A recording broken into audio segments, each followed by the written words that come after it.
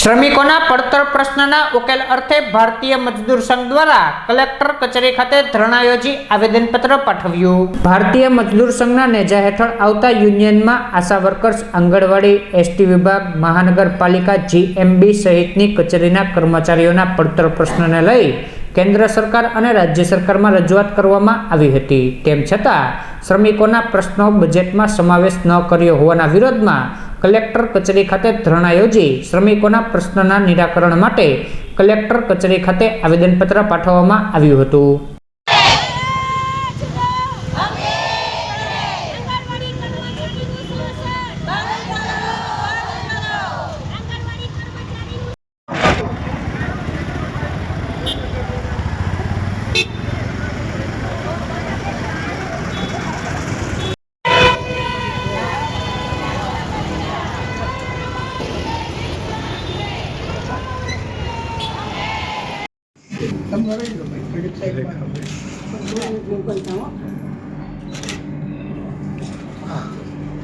हमारी मैं ले लीजिए पेन में काम होगा।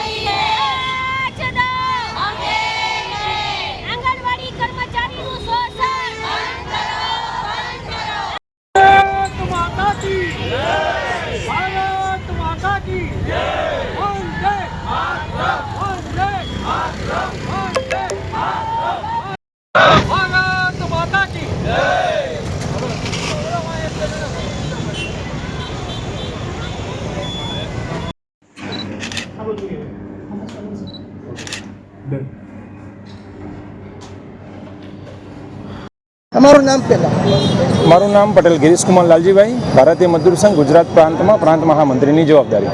ગિરીશભાઈ, જે ધરણા છે, કયા મુદ્દા છે, કેટલા સમયથી આપ માંગણી કરો છો? મિત્રો, ભારતીય મજદૂર સંઘ હંમેશા વાર્તાલાપમાં માનવાવાળું સંગઠન છે અને રાષ્ટ્રભાવના સાથે કામ કરતું સંગઠન છે। અગાઉ પણ કેન્દ્ર સરકારના શ્રમમંત્રીશ્રી અને માન્ય નાણામંત્રીશ્રીને બજેટ પહેલાં પણ શ્રમિકોના પડતર પ્રશ્નો બાબતે અને બજેટની અંદર જોગવાઈ કરવાના બાબતે થઈ અને મેમોરેન્ડમ પણ આપેલું હતું। એ જ રીતે રાજ્ય સરકારની અંદર પણ જ્યારે 10 નવેમ્બરના દિવસે અમારી રિવરફ્રન્ટ ઉપર મોટી રેલી થઈ ત્યારે પણ આવેદન પુસ્તિકાના માધ્યમથી અમે શ્રમિકોના પ્રશ્નોનું નિરાકરણ કરવા માટેની જોગવાઈ કરવા માટેનું એ લોકોને આહવાન પણ કર્યું હતું। તેમ છતાં બંને સરકારો, કેન્દ્ર સરકાર અને રાજ્ય સરકાર દ્વારા કોઈપણ જાતના શ્રમિકો માટેની કોઈપણ બજેટમાં જોગવાઈ ના કરી, એનાથી ખૂબ જ નારાજગી છે। આપણે બધા લોકોને ખ્યાલ છે કે જે સ્ક્રીમ વર્કરો, ધારો કે આશા, આંગણવાડી, મધ્યાહન ભોજનના કામદારો ગ્રામીણ ફ્રૂટ લેવલ સુધી જોડાયેલા છે। સરકારની મોટાભાગની બધી જ યોજનાઓ એ લોકોના માધ્યમથી થઈ રહી છે। તેમ છતાં શ્રમિકો પ્રત્યેની સંવેદના બજેટની અંદર સરકાર દ્વારા દાખવવામાં ના આવી। એટલે જ સમગ્ર ભારત વર્ષની અંદર આજે એક જ દિવસે ગુજરાતના 33 જિલ્લાઓની અંદર તમામ કલેક્ટર કચેરી ખાતે આજે ધરણા અને આવેદનપત્રનો કાર્યક્રમ ભારતીય મજદૂર સંઘ દ્વારા નક્કી થયેલ છે।